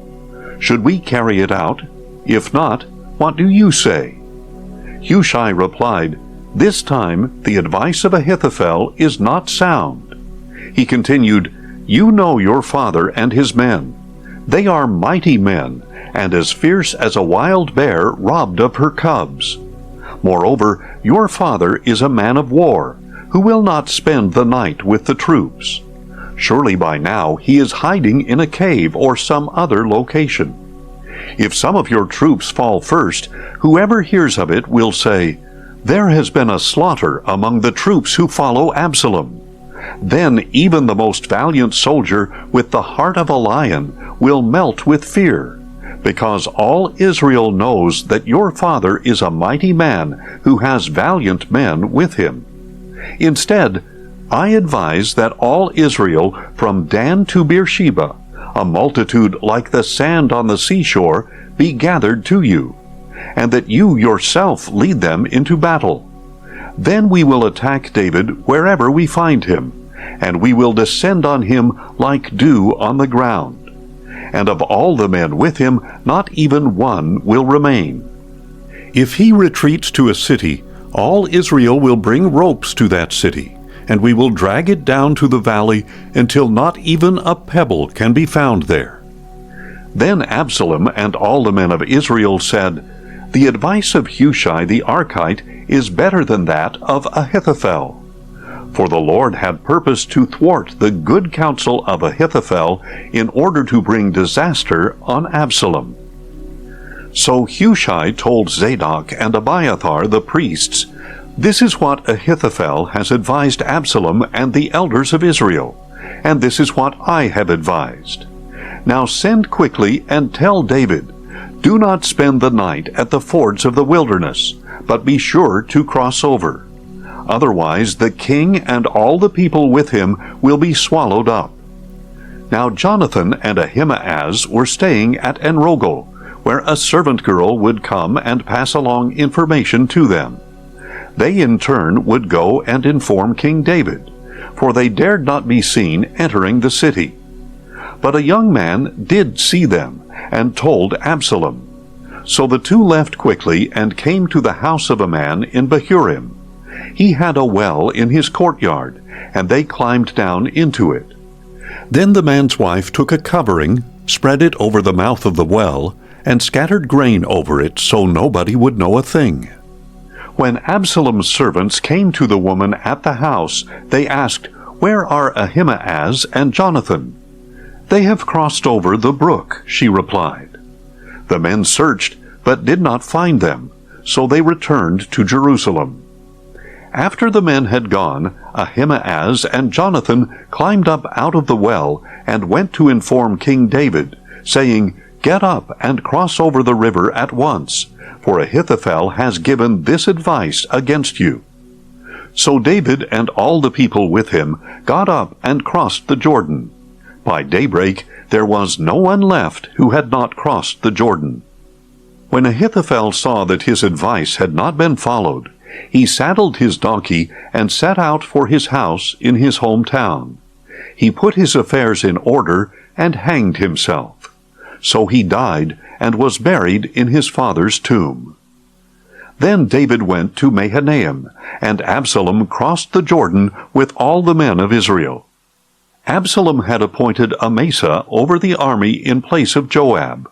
Amasa was the son of a man named Ithra, the Ishmaelite, who had married Abigail, the daughter of Nahash and sister of Zeruiah, the mother of Joab. So the Israelites and Absalom camped in the land of Gilead.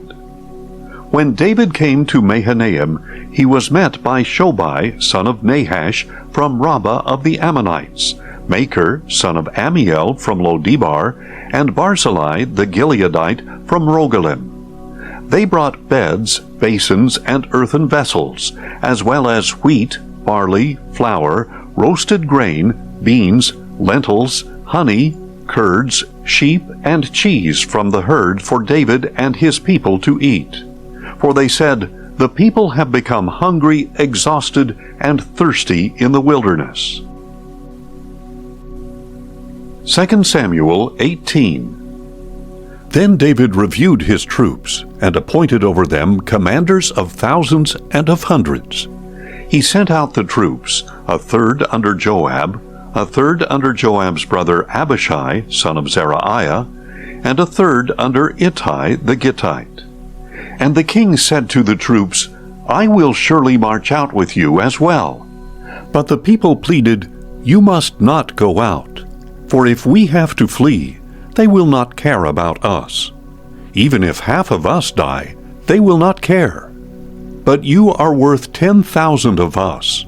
It is better now if you support us from the city."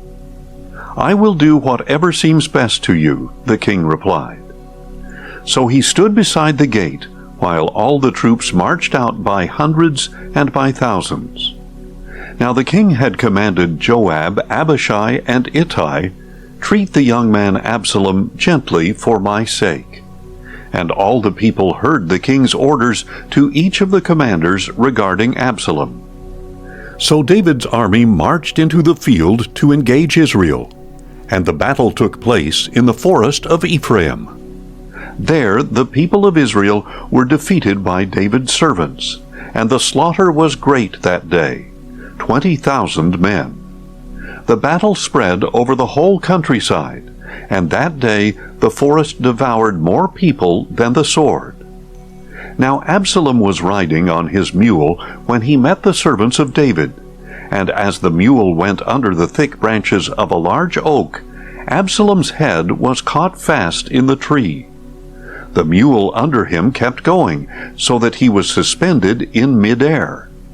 When one of the men saw this, he told Joab, "I just saw Absalom hanging in an oak tree." "You just saw him?" Joab exclaimed. "Why did you not strike him to the ground right there? I would have given you 10 shekels of silver and a warrior's belt." The man replied, "Even if 1,000 shekels of silver were weighed out into my hands, I would not raise my hand against the son of the king. For we heard the king command you and Abishai and Ittai, 'Protect the young man Absalom for my sake.' If I had jeopardized my own life, and nothing is hidden from the king, you would have abandoned me." But Joab declared, "I am not going to wait like this with you." And he took 3 spears in his hand and thrust them through the heart of Absalom while he was still alive in the oak tree. And 10 young men who carried Joab's armor surrounded Absalom, struck him, and killed him. Then Joab blew the ram's horn, and the troops broke off their pursuit of Israel, because Joab had restrained them. They took Absalom, cast him into a large pit in the forest, and piled a huge mound of stones over him. Meanwhile, all the Israelites fled, each to his home. During his lifetime, Absalom had set up for himself a pillar in the king's valley, for he had said, I have no son to preserve the memory of my name. So he gave the pillar his name, and to this day it is called Absalom's monument. Then Ahimaaz, son of Zadok, said, Please let me run and tell the king the good news that the Lord has avenged him of his enemies. But Joab replied, You are not the man to take good news today. You may do it another day, but you must not do so today, because the king's son is dead. So Joab said to a Cushite, Go tell the king what you have seen. The Cushite bowed to Joab and took off running. Ahimaaz, son of Zadok, however, persisted, and said to Joab, No matter what, please let me also run behind the Cushite. My son, Joab replied, Why do you want to run, since you will not receive a reward? No matter what, I want to run, he replied. Then run, Joab told him. So Ahimaaz ran by way of the plain, and outran the Cushite. Now David was sitting between the two gates, when the watchman went up to the roof of the gateway by the wall, looked out, and saw a man running alone. So he called out and told the king. If he is alone, the king replied, he bears good news. As the first runner drew near, the watchman saw another man running, and he called out to the gatekeeper, Look, another man is running alone. This one also brings good news, said the king. The watchman said, The first man appears to me to be running like Ahimaaz, son of Zadok. This is a good man, said the king. He comes with good news. Then Ahimaaz called out to the king, All is well, and he bowed face down before the king. He continued, Blessed be the Lord your God. He has delivered up the men who raised their hands against my lord the king. The king asked, Is the young man Absalom all right? And Ahimaaz replied, When Joab sent the king's servant and your servant, I saw a great tumult, but I do not know what it was. Move aside, said the king, and stand here. So he stepped aside. Just then the Cushite came and said, May my lord the king hear the good news. Today the Lord has avenged you of all who rose up against you. The king asked the Cushite, Is the young man Absalom all right? And the Cushite replied, May the enemies of my lord the king and all who rise up against you to harm you be like that young man. The king was shaken, and went up to the chamber over the gate, and wept. And as he walked, he cried out, O my son Absalom, my son Absalom! If only I had died instead of you, O Absalom, my son, my son! 2 Samuel 19. Then it was reported to Joab, The king is weeping and mourning over Absalom. And that day's victory was turned into mourning for all the people, because on that day they were told, The king is grieving over his son. So they returned to the city quietly that day, as people steal away in humiliation after fleeing a battle. But the king covered his face and cried out at the top of his voice, O my son Absalom! O Absalom, my son, my son! Then Joab went into the house and said to the king, Today you have disgraced all your servants who have saved your life and the lives of your sons and daughters, of your wives and of your concubines. You love those who hate you, and hate those who love you. For you have made it clear today that the commanders and soldiers mean nothing to you. I know today that if Absalom were alive and all of us were dead, it would have pleased you. Now therefore, get up, go out and speak comfort to your servants. For I swear by the Lord that if you do not go out, not a man will remain with you tonight. This will be worse for you than all the adversity that has befallen you from your youth until now." So the king got up and sat in the gate. And all the people were told, "Behold, the king is sitting in the gate." So they all came before the king. Meanwhile, the Israelites had fled, each man to his home. And all the people throughout the tribes of Israel were arguing, "The king rescued us from the hand of our enemies and delivered us from the hand of the Philistines. But now he has fled the land because of Absalom. But Absalom, the man we anointed over us, has died in battle. So why do you say nothing about restoring the king?" Then King David sent this message to Zadok and Abiathar the priests. "Say to the elders of Judah, why should you be the last to restore the king to his palace, since the talk of all Israel has reached the king at his quarters? You are my brothers, my own flesh and blood. So why should you be the last to restore the king? And say to Amasa, aren't you my flesh and blood? May God punish me, and ever so severely, if from this time you are not the commander of my army in place of Joab." So he swayed the hearts of all the men of Judah as though they were one man. And they sent word to the king, "Return, you and all your servants." So the king returned, and when he arrived at the Jordan, the men of Judah came to Gilgal to meet him and escort him across the Jordan. Then Shimei, son of Gera, a Benjamite from Bahurim, hurried down with the men of Judah to meet King David, along with 1,000 men of Benjamin, as well as Ziba, the steward of the house of Saul, and his 15 sons and 20 servants. They rushed down to the Jordan before the king, and crossed at the ford to carry over the king's household and to do what was good in his sight. When Shimei, son of Gera, crossed the Jordan, he fell down before the king and said, "My lord, do not hold me guilty, and do not remember your servant's wrongdoing on the day my lord the king left Jerusalem. May the king not take it to heart. For your servant knows that I have sinned. So here I am today as the first of all the house of Joseph to come down to meet my lord the king." But Abishai, son of Zeruiah, said, "Shouldn't Shimei be put to death for this? Because he cursed the Lord's anointed."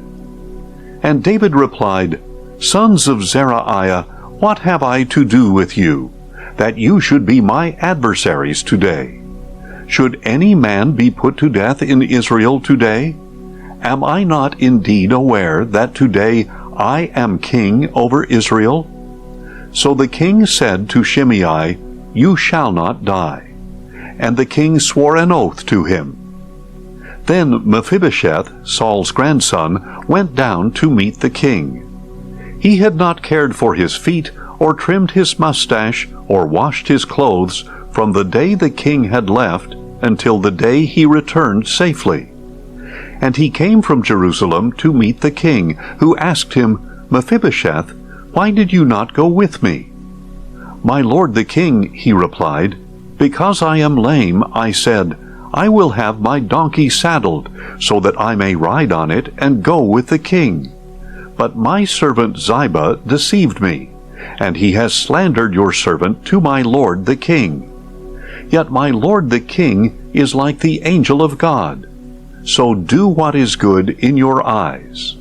For all the house of my grandfather deserves death from my lord the king. Yet you have set your servant among those who eat at your table. What further right, then, do I have to keep appealing to the king?" The king replied, "Why say any more? I hereby declare that you and Ziba are to divide the land." And Mephibosheth said to the king, "Instead, since my lord the king has safely come to his own house, let Ziba take it all." Now Barzillai the Gileadite had come down from Rogelim to cross the Jordan with the king, and sent him on his way from there. Barzillai was quite old, 80 years of age, and since he was a very wealthy man, he had provided for the king while he stayed in Mahanaim. The king said to Barzillai, "Cross over with me, and I will provide for you at my side in Jerusalem." But Barzillai replied, "How many years of my life remain, that I should go up to Jerusalem with the king? I am now 80 years old. Can I discern what is good and what is not? Can your servant taste what he eats or drinks? Can I still hear the voice of singing men and women? Why should your servant be an added burden to my lord the king? Your servant will go with the king only a short distance past the Jordan. Why should the king repay me with such a reward? Please let your servant return, that I may die in my own city near the tomb of my father and mother. But here is your servant Kimham. Let him cross over with my lord the king, and do for him what is good in your sight." The king replied, "Kimham will cross over with me, and I will do for him what is good in your sight, and I will do for you whatever you desire of me." So all the people crossed the Jordan, and then the king crossed over. The king kissed Barzillai and blessed him, and Barzillai returned home. Then the king crossed over to Gilgal, and Kimham crossed over with him. All the troops of Judah and half the troops of Israel escorted the king. Soon all the men of Israel came to the king and asked, "Why did our brothers, the men of Judah, take you away secretly, and bring the king and his household across the Jordan, together with all of David's men?" And all the men of Judah replied to the men of Israel, "We did this because the king is our relative. Why does this anger you? Have we ever eaten at the king's expense, or received anything for ourselves?" "We have 10 shares in the king," answered the men of Israel, "so we have more claim to David than you. Why then do you despise us? Were we not the first to speak of restoring our king?" But the men of Judah spoke more fiercely than the men of Israel. 2 Samuel 20. Now a worthless man named Sheba, son of Bichri, a Benjamite, happened to be there, and he blew the ram's horn and shouted, "We have no share in David, no inheritance in Jesse's son. Every man to his tent, O Israel." So all the men of Israel deserted David to follow Sheba, son of Bichri. But the men of Judah stayed by their king, all the way from the Jordan to Jerusalem. When David returned to his palace in Jerusalem, he took the 10 concubines he had left to take care of the palace, and he placed them in a house under guard. He provided for them, but he no longer slept with them. They were confined until the day of their death, living as widows. Then the king said to Amasa, "Summon the men of Judah to come to me within 3 days, and be here yourself." So Amasa went to summon Judah, but he took longer than the time allotted him. And David said to Abishai, "Now Sheba, the son of Bichri, will do us more harm than Absalom. Take your lord's servants and pursue him, or he will find fortified cities and elude us." So Joab's men, along with the Kerethites, the Pelethites, and all the mighty men, marched out of Jerusalem in support of Sheba, son of Bichri. And while they were at the great stone in Gibeon, Amasa joined them. Now Joab was dressed in military attire, with a dagger strapped to his belt. And as he stepped forward, he slipped the dagger from its sheath. "Are you well, my brother?" Joab asked Amasa. And with his right hand, Joab grabbed Amasa by the beard to kiss him. Amasa was not on guard against the dagger in Joab's hand, and Joab stabbed him in the stomach and spilled out his intestines on the ground. And Joab did not need to strike him again, for Amasa was dead. Then Joab and his brother Abishai pursued Sheba son of Bichri.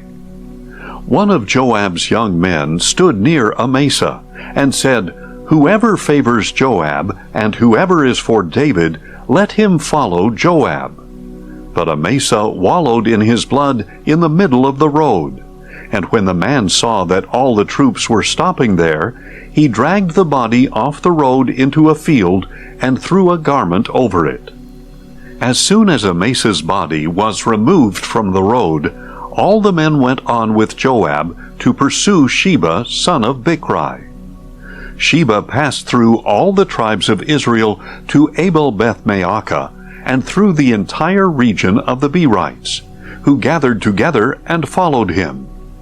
And Joab's troops came and besieged Sheba in Abel-Beth-Maachah, and built a siege ramp against the outer rampart of the city. As all the troops with Joab were battering the wall to topple it, a wise woman called out from the city, "Listen, listen, please tell Joab to come here, so that I may speak with him." When he had come near to her, the woman asked, "Are you Joab?" "I am," he replied. "Listen to the words of your servant," she said. "I am listening," he answered. Then the woman said, "Long ago they used to say, 'Seek counsel at Abel,' and that is how disputes were settled. I am among the peaceable and faithful in Israel, but you are trying to destroy a city that is a mother in Israel. Why would you swallow up the Lord's inheritance?" "Far be it," Joab declared, "far be it from me to swallow up or destroy. That is not the case. But a man named Sheba, son of Bichri, from the hill country of Ephraim, has lifted up his hand against the king, against David. Deliver him alone, and I will depart from the city." "Look," the woman replied, "his head will be thrown to you over the wall." Then the woman went to all the people with her wise counsel, and they cut off the head of Sheba son of Bichri, and threw it to Joab. So he blew the ram's horn, and his men dispersed from the city, each to his own home. And Joab returned to the king in Jerusalem. Now Joab was over the whole army of Israel. Benaiah son of Jehoiada was over the Kerethites and Pelethites. Adoram was in charge of the forced labor. Jehoshaphat son of Ahilud was the recorder. Sheva was the scribe. Zadok and Abiathar were priests, and Ira the Jairite was David's priest. 2 Samuel 21. During the reign of David there was a famine for 3 successive years, and David sought the face of the Lord. And the Lord said, "It is because of the blood shed by Saul and his family, because he killed the Gibeonites." At this, David summoned the Gibeonites and spoke to them. Now the Gibeonites were not Israelites, but a remnant of the Amorites. The Israelites had taken an oath concerning them, but in his zeal for Israel and Judah, Saul had sought to kill them. So David asked the Gibeonites, "What shall I do for you? How can I make amends so that you may bless the inheritance of the Lord?" The Gibeonites said to him, "We need no silver or gold from Saul or his house, nor should you put to death anyone in Israel for us."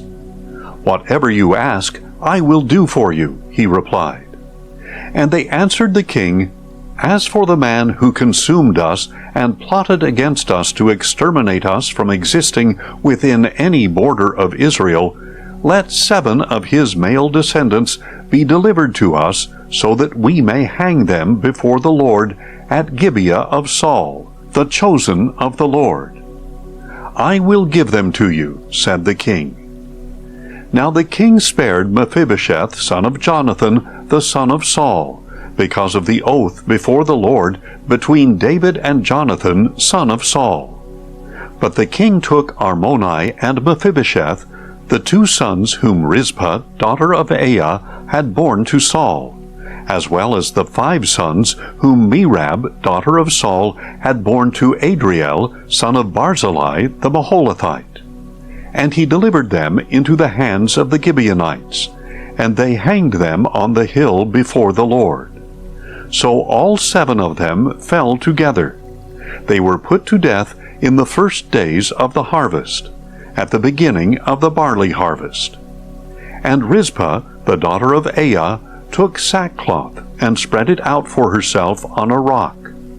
From the beginning of the harvest until the rain from heaven poured down on the bodies, she did not allow the birds of the air to rest on them by day, nor the beasts of the field by night. When David was told what Saul's concubine Rizpah, daughter of Aiah, had done, he went and took the bones of Saul and his son Jonathan from the men of Jabesh Gilead, who had stolen them from the public square of Bethshan, where the Philistines had hung the bodies after they had struck down Saul at Gilboa. So David had the bones of Saul and his son Jonathan brought from there, and they also gathered the bones of those who had been hanged. And they buried the bones of Saul and his son Jonathan in Zelah in the land of Benjamin, in the tomb of Saul's father Kish. After they had done everything the king had commanded, God answered their prayers for the land. Once again the Philistines waged war against Israel, and David and his servants went down and fought against the Philistines. But David became exhausted.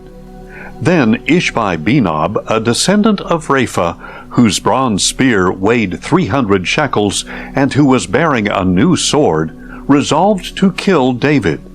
But Abishai, son of Zeruiah, came to his aid, struck the Philistine, and killed him. Then David's men swore to him, "You must never again go out with us to battle, so that the lamp of Israel may not be extinguished." Some time later at Gob, there was another battle with the Philistines.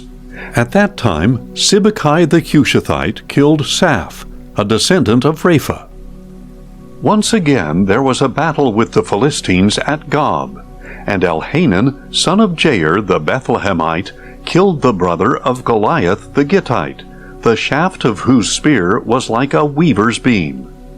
And there was also a great battle at Gath, where there was a man of great stature, with 6 fingers on each hand and 6 toes on each foot, 24 in all. He too was descended from Rapha, and when he taunted Israel, Jonathan, the son of David's brother Shimei, killed him. So these 4 descendants of Rapha in Gath fell at the hands of David and his servants.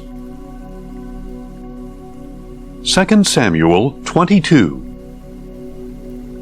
And David sang this song to the Lord on the day the Lord had delivered him from the hand of all his enemies and from the hand of Saul. He said, "The Lord is my rock, my fortress, and my deliverer.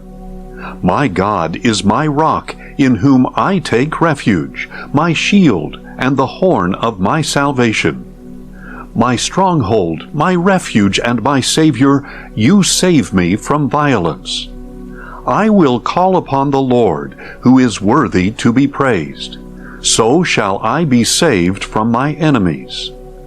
For the waves of death engulfed me, the torrents of chaos overwhelmed me. The cords of Sheol entangled me, the snares of death confronted me. In my distress I called upon the Lord. I cried out to my God. And from his temple he heard my voice, and my cry for help reached his ears. Then the earth shook and quaked, the foundations of the heavens trembled. They were shaken because he burned with anger. Smoke rose from his nostrils, and consuming fire came from his mouth. Glowing coals blazed forth. He parted the heavens and came down with dark clouds beneath his feet. He mounted a cherub and flew. He soared on the wings of the wind. He made darkness a canopy around him, a gathering of water and thick clouds. From the brightness of his presence, coals of fire blazed forth. The Lord thundered from heaven. The voice of the Most High resounded. He shot his arrows and scattered the foes. He hurled lightning and routed them. The channels of the sea appeared, and the foundations of the world were exposed at the rebuke of the Lord, at the blast of the breath of his nostrils. He reached down from on high and took hold of me. He drew me out of deep waters. He rescued me from my powerful enemy, from foes too mighty for me. They confronted me in my day of calamity, but the Lord was my support. He brought me out into the open. He rescued me because he delighted in me. The Lord has rewarded me according to my righteousness. He has repaid me according to the cleanness of my hands. For I have kept the ways of the Lord, and have not wickedly departed from my God. For all his ordinances are before me. I have not disregarded his statutes. And I have been blameless before him, and kept myself from iniquity. So the Lord has repaid me according to my righteousness, according to my cleanness in his sight. To the faithful you show yourself faithful. To the blameless you show yourself blameless. To the pure you show yourself pure. But to the crooked you show yourself shrewd. You save an afflicted people, but your eyes are on the haughty to bring them down. For you, O Lord, are my lamp. The Lord lights up my darkness. For in you I can charge an army. With my God I can scale a wall. As for God, his way is perfect. The word of the Lord is flawless. He is a shield to all who take refuge in him. For who is God besides the Lord? And who is the rock except our God? God is my strong fortress, and he makes my way clear. He makes my feet like those of a deer, and stations me upon the heights. He trains my hands for battle. My arms can bend a bow of bronze. You have given me your shield of salvation, and your gentleness exalts me. You broaden the path beneath me, so that my ankles do not give way. I pursued my enemies and destroyed them. I did not turn back until they were consumed. I devoured and crushed them so they could not rise. They have fallen under my feet. You have armed me with strength for battle. You have subdued my foes beneath me. You have made my enemies retreat before me. I destroyed those who hated me. They looked, but there was no one to save them. To the Lord, but he did not answer.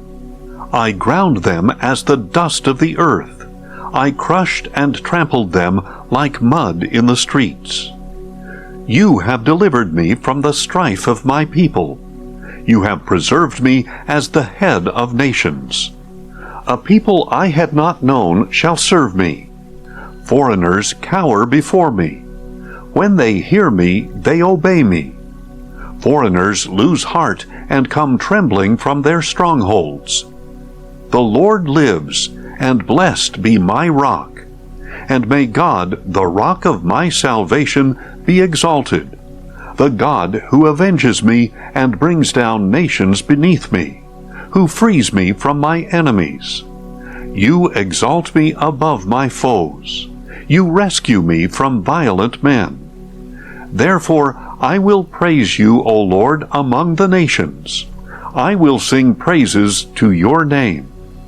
Great salvation he brings to his king.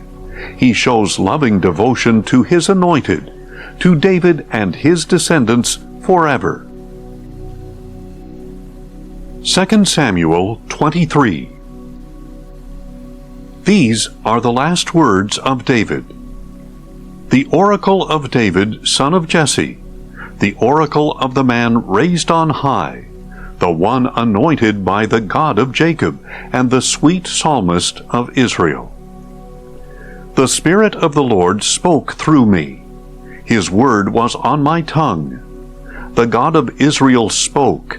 The Rock of Israel said to me, He who rules the people with justice, who rules in the fear of God, is like the light of the morning at sunrise of a cloudless dawn, the glistening after the rain on the sprouting grass of the earth. Is not my house right with God? For He has established with me an everlasting covenant, ordered and secured in every part. Will He not bring about my full salvation and my every desire? But the worthless are like thorns raked aside, for they can never be gathered by hand. The man who touches them must be armed with iron or with the shaft of a spear. The fire burns them to ashes in the place where they lie. These are the names of David's mighty men.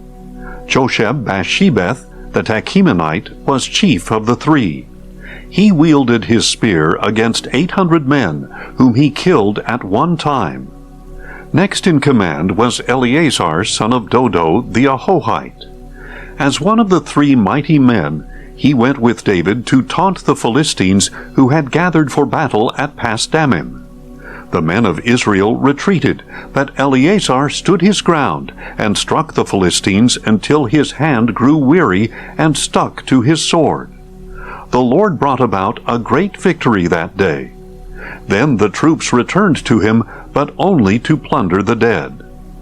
And after him was Shammah, son of Agi, the Hararite. When the Philistines had banded together near a field full of lentils, Israel's troops fled from them. But Shammah took his stand in the middle of the field, defended it, and struck down the Philistines. So the Lord brought about a great victory. At harvest time, 3 of the 30 chief men went down to David at the cave of Adullam, while a company of Philistines was encamped in the valley of Rephaim. At that time David was in the stronghold, and the garrison of the Philistines was at Bethlehem. David longed for water, and said, "Oh, that someone would get me a drink of water from the well near the gate of Bethlehem." So the 3 mighty men broke through the Philistine camp, drew water from the well near the gate of Bethlehem, and brought it back to David.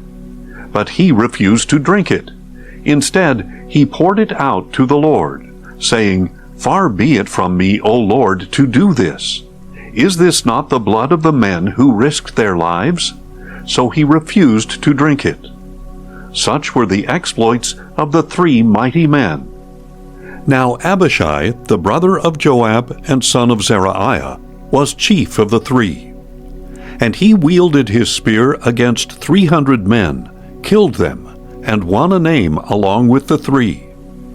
Was he not more honored than the 3? And he became their commander, even though he was not included among the 3. And Benaiah, son of Jehoiada, was a man of valor from Kabzeel, a man of many exploits. He struck down 2 champions of Moab, and on a snowy day he went down into a pit and killed a lion. He also struck down an Egyptian, a huge man. Although the Egyptian had a spear in his hand, Benaiah went against him with a club, snatched the spear from his hand, and killed the Egyptian with his own spear. These were the exploits of Benaiah, son of Jehoiada, who won a name alongside the 3 mighty men. He was most honored among the 30, but he did not become one of the 3. And David appointed him over his guard. Now these were the members of the 30. Asahel, the brother of Joab, Elhanan, son of Dodo of Bethlehem, Shammah the Harodite, Elika the Harodite, Helez the Paltite, Ira son of Ikesh the Tekoite, Abiezer the Anathothite, Mabuni the Hushathite, Zalmon the Ahohite, Maharai the Netophathite, Heled son of Baana the Netophathite, Ittai son of Ribai from Gibeah of the Benjamites, Benaiah the Pirathonite, Hiddai from the brooks of Gaash, Abi-Albon the Arbathite, Asmaveth the Barhumite, Eliabah the Shaalbonite, the sons of Jashan, Jonathan son of Shammah the Hararite, Ahiam son of Sharar the Hararite, Eliphalet son of Ahasbai the Maacathite, Eliam son of Ahithophel the Gilonite, Hezro the Carmelite, Peorai the Arbite, Igal son of Nathan of Zobah, Bani the Gadite, Zelek the Ammonite, Naharai the Beerothite, the armor-bearer of Joab son of Zeruiah, Ira the Ithrite, Gareb the Ithrite, and Uriah the Hittite. There were 37 in all. 2 Samuel 24. Again the anger of the Lord burned against Israel, and he stirred up David against them, saying, Go and take a census of Israel and Judah. So the king said to Joab, the commander of his army, who was with him, Go now throughout the tribes of Israel, from Dan to Beersheba, and register the troops, so that I may know their number. But Joab replied to the king, May the Lord your God multiply the troops 100 times over, and may the eyes of my lord the king see it. But why does my lord the king want to do such a thing? Nevertheless, the king's word prevailed against Joab and against the commanders of the army. So Joab and the commanders of the army departed from the presence of the king to count the troops of Israel. They crossed the Jordan and camped near Aroer, south of the town in the middle of the valley, and proceeded toward Gad and Jazer. Then they went to Gilead and the land of Tatim Hodshai, and on to Dan Jain, and around to Sidon. They went toward the fortress of Tyre, and all the cities of the Hivites and Canaanites. Finally, they went on to the Negev of Judah, to Beersheba. At the end of 9 months and 20 days, having gone through the whole land, they returned to Jerusalem. And Joab reported to the king the total number of the troops.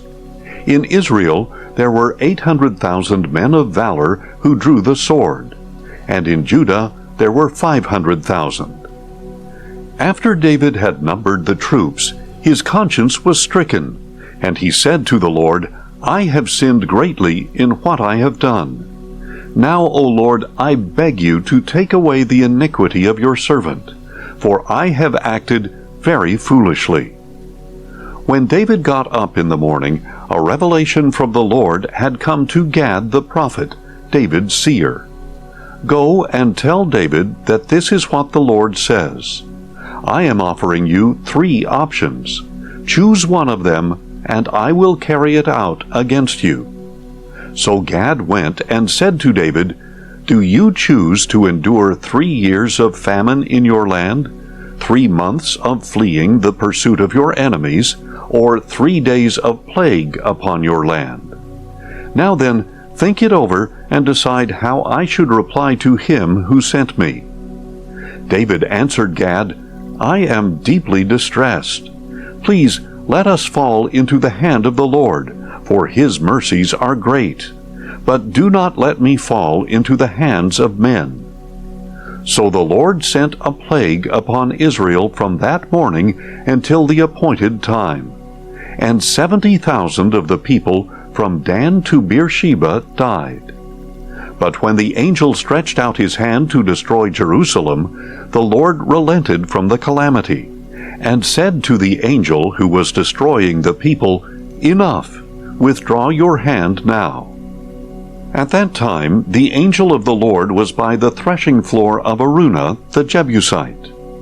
When David saw the angel striking down the people, he said to the Lord, Surely I, the shepherd, have sinned and acted wickedly.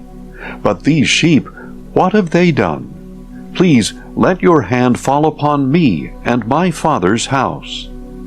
And that day Gad came to David and said to him, "Go up and build an altar to the Lord on the threshing floor of Araunah the Jebusite." So David went up at the word of Gad, just as the Lord had commanded. When Araunah looked out and saw the king and his servants coming toward him, he went out and bowed face down before the king. "Why has my lord the king come to his servant?" Araunah said. "To buy your threshing floor," David replied, "that I may build an altar to the Lord, so that the plague upon the people may be halted." Araunah said to David, "My lord the king may take whatever seems good, and offer it up. Here are the oxen for a burnt offering, and the threshing sledges and ox yokes for the wood." "O king, Araunah gives all these to the king." He also said to the king, "May the Lord your God accept you." "No," replied the king, "I insist on paying a price, for I will not offer to the Lord my God burnt offerings that cost me nothing." So David bought the threshing floor and the oxen for 50 shekels of silver. And there he built an altar to the Lord, and offered burnt offerings and peace offerings. Then the Lord answered the prayers on behalf of the land, and the plague upon Israel was halted.